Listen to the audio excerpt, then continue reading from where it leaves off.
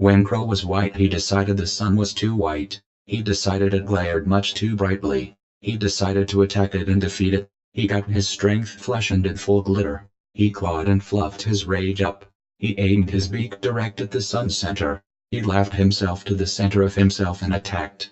At his battle cry, trees grew suddenly old, shadows flattened, but the sun brightened, it brightened, and Crow returned, charred black.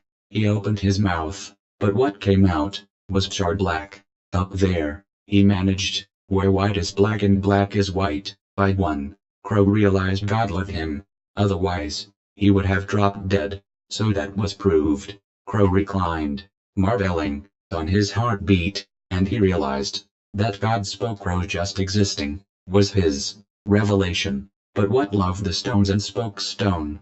They seemed to exist too. And what spoke that strange silence after his clamor of cause faded? And what loved the shot pellets that dribbled from those strung-up mummifying crows? What spoke the silence of lead, flying the black flag of himself? Well, said Crow, what first? God, exhausted with creation, snored. Which way? Said Crow. Which way first? God's shoulder was the mountain on which Crow sat. Come, said Crow, let's discuss the situation. God lay, agape, a great carcass. Crow tore off a mouthful and swallowed. Will this cipher divulge itself to digestion, under hearing, beyond understanding? That was the first jest. Yet, it's true, he suddenly felt much stronger. Crow, the Hierophant, humped, impenetrable, half-illumined, speechless, appalled. Crow realized there were two gods, one of them much bigger than the other, loving his enemies and having all the weapons. When God, disgusted with man, turned towards heaven, and man, disgusted with God, turned towards Eve, things looked like they were falling apart.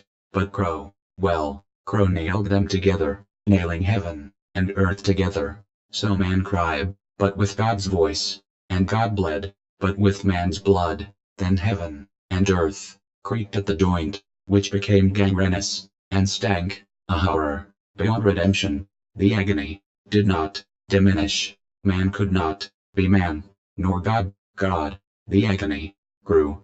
Crow grinned, crying, this is my creation. Crow decided to try words. He imagined some words for the job. A lovely peck, clear-eyed, resounding, well-trained, with strong teeth.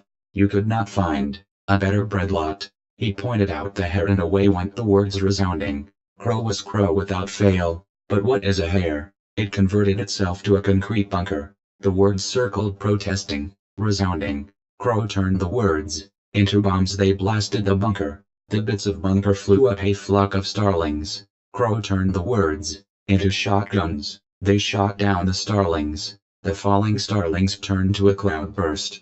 Crow turned the words into a reservoir, collecting the water. The water turned into an earthquake, swallowing the reservoir. The earthquake turned into a hare, and leaped for the hill, having eaten Crow's words. Crow gazed after the bounding hare, speechless with admiration. Crow realized then the answer was unity. The white crow, blackened by his journey, had changed. Something inside, something new. It resides, a murder, a legion. We are now one, with a newfound respect for the sun, for the one. Our mistakes are not mistakes if lessons of them we make. We can forgive, but we shall never forget. The crow cawed proudly. Expect us. You've not seen anything yet.